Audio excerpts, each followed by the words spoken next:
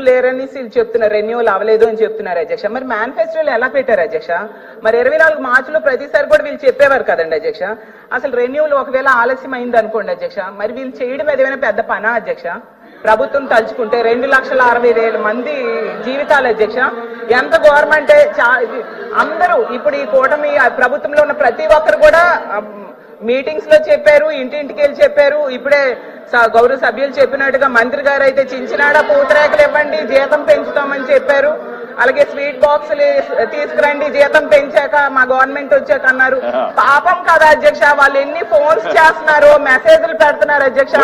Please మా కోసం గౌరవ ముఖ్యమంత్రి గారి దృష్టిలో అలాగే ప్రభుత్వం దృష్టిలో పెట్టండి అని రోజు వాళ్ళు మెసేజ్లు కాల్స్ చేస్తున్నారు అధ్యక్ష. దయించి వాళ్ళ మీద జాలి చూపించి ప్రభుత్వం ఆదుకోవాల్సిందిగా కోరుతున్నాను అధ్యక్ష. విఆర్ పొజిషన్ వేరు, సస్పెన్షన్ వేరు అధ్యక్ష. విఆర్ దగ్గరకు వచ్చేసరికి అడ్మినిస్ట్రేటివ్ కన్వీనియన్సీ గురించి కొంతమందిని డిపార్ట్మెంట్ పక్కన పెట్టుకుని విధులకు నిర్వహించేటప్పుడు వాళ్ళు ఉపయోగించుకోవడం అనేది జరుగుతుంటుంది అధ్యక్ష. అయితే దీంట్లో భాగంగా అధ్యక్ష ఇందాక మన పెద్దలు చెప్పినట్టుగా ఏదో సస్పెండ్ చేయాలి లేకపోతే వాళ్ళని పనిష్మెంట్ చేయాలనే ఉద్దేశంతో విఆర్ లోకి తీసుకోవటం అన్నది అయితే ఈ గవర్నమెంట్ చేస్తున్న పని అయితే కాదు అధ్యక్ష. ఈ కల్చర్ ఎప్పటి నుంచి వచ్చిందంటే కొన్ని వాళ్ళ దగ్గర నుంచి ఏదో మాట్లాడతారు, అవన్నీ పక్కన పెడితే ఇంతకు ముందు గవర్నమెంట్ లో కూడా అధ్యక్ష కేవలం ఎవరైతే టీడీపీ సానుభూతి పరులని వాళ్ళు అనుకుంటారో లేకపోతే వాళ్ళకి నచ్చినట్టుగా పని చేయకపోతేనే తీసుకొచ్చి విఆర్ లో పెట్టిన సందర్భాలు కూడా చాలా ఉన్నాయి అధ్యక్ష. మనం అబ్జర్వ్ చేసుకుంటే అధ్యక్ష 2014 నుంచి 19 వరకు కూడా ఇందాక గౌరవ సభ్యులు అన్నట్టు ఎక్కడైనా విఆర్ లో ఉండుంటే ఇంతకు ముందు 50% శాలరీ వచ్చేది అధ్యక్ష. కానీ లాస్ట్ 5 years నుంచి ఏం చేశారంటే విఆర్ లో ఉన్న కాలంలో కనీసం వాళ్ళకి జీతాలు కూడా ఇచ్చిన పరిస్థితి అయితే కనిపించలేదు అధ్యక్ష. మేము అధికారంలోకి వచ్చిన తర్వాత నేను హోమ్ మినిస్టర్ గా ఛార్జ్ తీసుకున్న తర్వాత నేను అధికారుల నుంచి కూడా అసలు విఆర్ లో ఎంతమంది ఉన్నారు, ఎన్ని సంవత్సరాల నుంచి ఉన్నారని లిస్ట్ నేను తెప్పించుకొని నేను చూశాను అధ్యక్ష.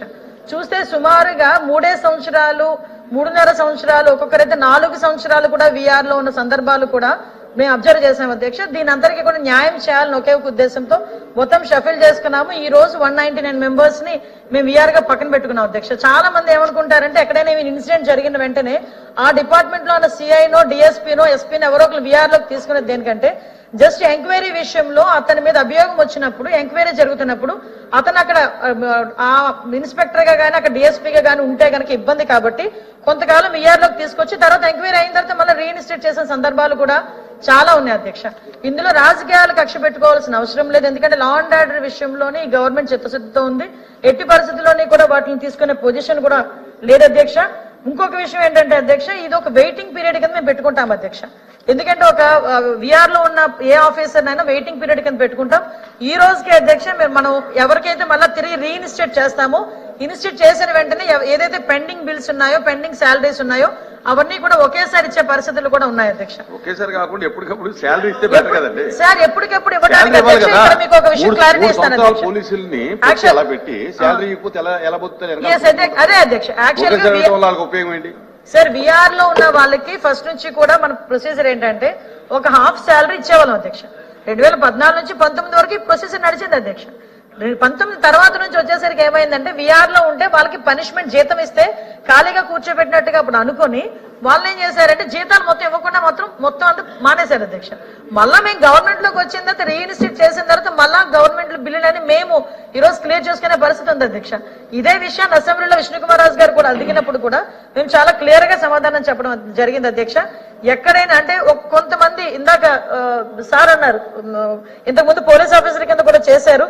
ఆ సార్ కి కూడా చెప్పేదంటే ఇందులో రాజకీయ కక్షలు ఉన్నాయా లేదా అన్నది ఇంతకు ముందు గవర్నమెంట్ లో విఆర్ లో 3 సంవత్సరాలు 4 సంవత్సరాలు పెట్టిన సందర్భాలను కూడా ఆ పోలీస్ ఆఫీసర్ని అడిగితే కనుక గౌరవ సభ్యులు కూడా తెలుస్తుంది అధ్యక్ష. దాని గురించి నేను మాట్లాడదలుచుకోలేదు. బట్ నేను చెప్పేది ఏంటంటే అధ్యక్ష ఇందులో రాజకీయ కక్షలు ఇప్పుడైతే రాజకీయ కక్షలుగా అటువంటివి ఏమీ లేదు అధ్యక్ష. విషయం ఏంటంటే ఒక్కసారి గనక మనకి ఇందులోని ఇంతకు ముందు హాఫ్ శాలరీ పడేది తర్వాత 5 సంవత్సరాలు ఈ పొజిషన్ లేదు. మళ్ళా మేము వచ్చిన తర్వాత ఒక్కసారి గనక పోస్టింగ్ వాళ్ళకి ఇచ్చి వాళ్ళు రీఇన్స్టేట్ చేయగలిగితే వెంటనే మొత్తం శాలరీతో పాటు మొత్తం ఇస్తున్నాం అధ్యక్ష. ఎక్కడ కూడా వాళ్ళకి శాలరీ స్పెండింగ్ మెంబర్స్ అయినా మేమైనా చెప్పేది ఏంటంటే మొత్తం అంతా కలిపి ఒకసారి ఇచ్చే బదులు వాళ్ళు హాఫ్ శాలరీ ఇస్తే గనక వాళ్ళ కుటుంబాలు కూడా బాగుంటాయి కదా.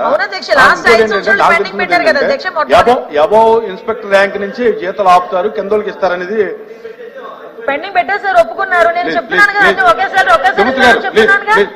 మేడం శాలరీ గారు, అంతా ఒకేసారి మంత్రి గారు, హోమ్ మినిస్టర్ గారు, సార్ మీరు అంటే చైర్మన్ గారు చెప్పారు చిన్న డౌట్. సజెషన్ అంటే కానిస్టేబుల్, హెడ్ కానిస్టేబుల్ ఇక్కడ వరకు అయితే కనుక హాఫ్ శాలరీ ఇస్తారు, ఇన్స్పెక్టర్ లెవెల్ నుంచి అయితే కనుక పూర్తిగా ఆపుతున్నారు అనేది ఏదో డిస్ప్యూట్ ఉన్నట్టు ఉంది. అటువంటిది ఏమైనా ఉంటుంది?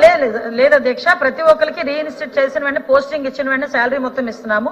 ఇప్పుడు మీరు సూచన చేశారు కాబట్టి మేము కూడా ఉన్న ఫైనాన్షియల్ ఆస్పెక్ట్స్ బట్టి చేసుకొని దాని మీద కూడా ఒకసారి మేము దృష్టి పెడతాం అధ్యక్ష.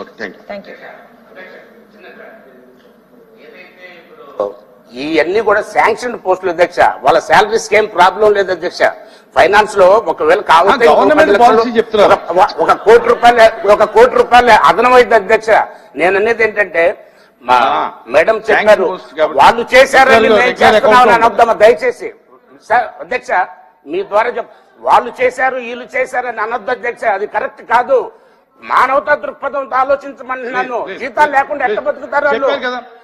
చెప్పారు. ఇప్పుడు సభ్యులు కానీ చేసి చూసినా మేము పరిగణలో తీసుకుంటామని చెప్పారు కదా.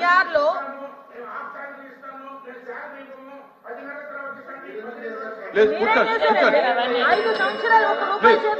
చెప్పారు. సార్ సార్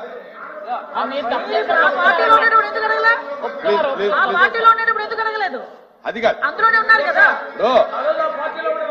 వారితో తప్పు చేసిన మాట్లాడలేదు. గుర్తొచ్చిందా పోలీస్ ఆఫీసర్ అని? ఈ రోజు గుర్తొచ్చిందా పోలీస్ ఆఫీసర్ గారు? కూర్చోండి అధ్యక్ష. గారు కూర్చోండి అధ్యక్ష ప్లీజ్ ప్లీజ్ ప్లీజ్ అధ్యక్ష కూర్చోండి. పోస్టులు కూడా ఉంటాయి అధ్యక్ష. కూర్చోండి ప్లీజ్ ప్లీజ్ ప్లీజ్. మంత్రి గారు చెప్తారు. కూర్చోండి కూర్చోండి. యేసరత్నం గారు కూర్చోవాలి. మీరు యేసరత్నం గారు కూర్చోండి. మంత్రి గారు చెప్పండి. అధ్యక్ష ఇందులోని please please please please please please. అధ్యక్ష ఇందులోని ఇందాక వాళ్ళు చెప్పినట్టు శాంక్షన్ పోస్టులు కూడా ఉంటాయి అధ్యక్ష. విఆర్ లో శాంక్షన్ పోస్టులు కూడా ఉంటాయి. శాంక్షన్ పోస్టులు మొత్తం 26 శాంక్షన్ పోస్టులు అధ్యక్ష. ఆ విఆర్ లో ఉన్న వాళ్ళకి శాలరీ కూడా ఎక్కడ ఆగదు అధ్యక్ష. మామూలుగా శాలరీ మాత్రం వాళ్ళకి పడిపోతుంటుంది. ఓకే, ఇంకా ఏంటంటే డిప్యుటేషన్ వేకెన్సీస్ కూడా లైక్ ఏసీబీ కానీ విజిలెన్స్ కానీ ఎక్స్ట్రా రిక్వెస్ట్ స్పెషల్ సూటబిలిటీ టెస్టులు తీసుకుని అందులో కూడా కొంతమందిని తీసుకుంటాం అధ్యక్ష.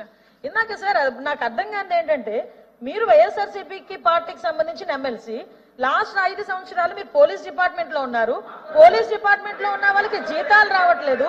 పోలీస్ డిపార్ట్మెంట్ లో ఉన్న వాళ్ళకి ఒకటో తారీఖు జీతం రాలేదు. ఒక సరెండర్ లీవ్ కూడా ఇవ్వలేదు. ఒక భద్రత కల్పించలేదు. ఆ రోజు ఎందుకు మాట్లాడలేకపోయారు ఈ విఆర్ఓల గురించి? ఆ రోజు పోలీసు జీతాల గురించి పోలీసు ఎందుకు మాట్లాడలేకపోయారు? మేము ఒకటే అంటున్నాం, మాకు మానవతా దృక్పథం ఉంది కాబట్టి పోలీస్ వెల్ఫేర్ గురించి కూడా ఆలోచన చేసి పోలీసులకి ఎక్కడా కూడా ఇబ్బంది లేకుండా చూసుకునే బాధ్యత మా గవర్నమెంట్ తీసుకుంటుంది అధ్యక్ష. బీఆర్ లో ఉన్న వాళ్ళకి కూడా మీరు చెప్పినట్టుగా మీరు సూచన ఇచ్చారు. ఆ సూచన నేను చాలా పాజిటివ్ గా తీసుకున్నా. మేము కూడా డిస్కషన్ చేస్తాం. దాన్ని ఏ రకంగా మనకి ఫైనాన్షియల్ ప్రాబ్లమ్స్ లేదు. మీరు డిపార్ట్మెంట్ ఎంక్వైరీ ఏ యాక్షన్ కాదు సార్. నేను ఏమంటానంటే లాస్ట్ 5 సంవత్సరాలు రూపాయి కూడా చెల్లించకుండా ఇప్పటికీ పెండింగ్ ఉన్నాయి బిల్స్. మీరు కూర్చోండి. యేసరత్నం గారు మీరు కూర్చోవాలి. కూర్చోండి కూర్చోండి కూర్చోండి. హోంమంత్రి గారు మాట్లాడుతున్నారు, మాట్లాడనియాలి. ఎందుకు అరుస్తున్నారు? మంత్రి గారి పైన ఎందుకు అరవాలి అధ్యక్ష? ప్లీజ్ చెప్పండి. నేను క్లియర్ గా చాలా క్లారిటీగా చెప్పాను. ఇందులోని నేను ఎక్కడా కూడా పొల్లు పోలేదు. నేను చాలా రాజకీయాలు కూడా దూరంగానే మాట్లాడాను. రాజకీయాలు ఎత్తింది ఆయన. రాజకీయాలు ఒక పోలీస్ ఆఫీసర్ అయ్యండి పోలీస్ వెల్ఫేర్ గురించి ఆలోచన చేయకుండా రాజకీయాలు మాట్లాడాలనుకుంటే మేము మాట్లాడతాం యాజ్ హోమ్ మినిస్టర్ గా. అది కాదు కదా. ఈ రోజు సమస్యకి పరిష్కారం ఉండాలి కదా. మీ సూచన చేశారా? సూచన నేను పాజిటివ్ గా తీసుకున్నాను. డిస్కస్ చేసుకుంటాం, ఇబ్బంది లేకుండా చేసుకుంటాం. కక్ష పూరితంగా చేయాల్సిన అవసరం అయితే ఈ గవర్నమెంట్ కి లేదు. లాస్ట్ 5 సంవత్సరాలు కానిస్టేబుల్ దగ్గర నుంచి ఐపీఎస్ ఆఫీసర్ వరకు కక్ష పూరితంగా ఎంత చేశారో మనకి తెలుసు. కుటుంబాలు తప్పు చేస్తే యాక్షన్ తీసుకోండి. సస్పెన్షన్ 2 వేరు సార్. అది క్లారిటీ ఇస్తున్నాం మీకు. గతంలో జగన్మోహన్ రెడ్డి గారి ప్రభుత్వంలో సంపూర్ణ ఫీజు రియంబర్స్మెంట్ అమల్లో ఉండేది కదండి అధ్యక్ష. అయితే అంటే ఎంత ఫీజు ఉంటే అంత ప్రభుత్వం చెల్లించేది. సో ఇప్పుడు ఫుల్ గా ఇస్తారా, ఏమైనా సీలింగ్ పెడతారా? అంటే 2014 నుంచి 19 మధ్య సీలింగ్ ఉండేది అధ్యక్ష. ఆ విధంగా ఏమైనా చేస్తారా? అదొక డౌట్ అధ్యక్ష. ఈ ఫీజు రియంబర్స్మెంట్ పథకానికి ప్రభుత్వం ఏదైనా హాజరు నిబంధన పెడుతుందా? అది కూడా అడుగుతున్నాను అధ్యక్ష. గతంలో మనకు తెలుసు 2014 నుంచి 19 మధ్య ఉన్న గవర్నమెంట్ లో 1778 కోట్లు పెండింగ్ లో ఉంటే జగన్మోహన్ రెడ్డి గారి ప్రభుత్వం దాన్ని కూడా చెల్లించింది అధ్యక్ష. మొన్న 2023 డిసెంబర్ వరకు కూడా మొత్తం చెల్లించడం జరిగింది అధ్యక్ష. పాత గవర్నమెంట్ ఎలక్షన్ కోడ్ అవడం వల్ల నెక్స్ట్ దాగింది. ఇది పిల్లల చదువుకు సంబంధించిన అంశం కాబట్టి మానవతా దృష్టితో ప్రభుత్వం ఆలోచించి తొందరగా ఫీజు రియంబర్స్మెంట్ చెల్లించాల్సిందిగా కోరుతున్నాను అధ్యక్ష. హలో, తెలుగు రాజ్యం ఛానల్ చూస్తున్నారా? సామాజిక రాజకీయ జీవన చిత్రణే తెలుగు రాజ్యం. అతిశయోక్తులు అసత్యాలు ఉండవు. రాజకీయ కోణం కాదు, ప్రజా కోణమే కొలబద్ద.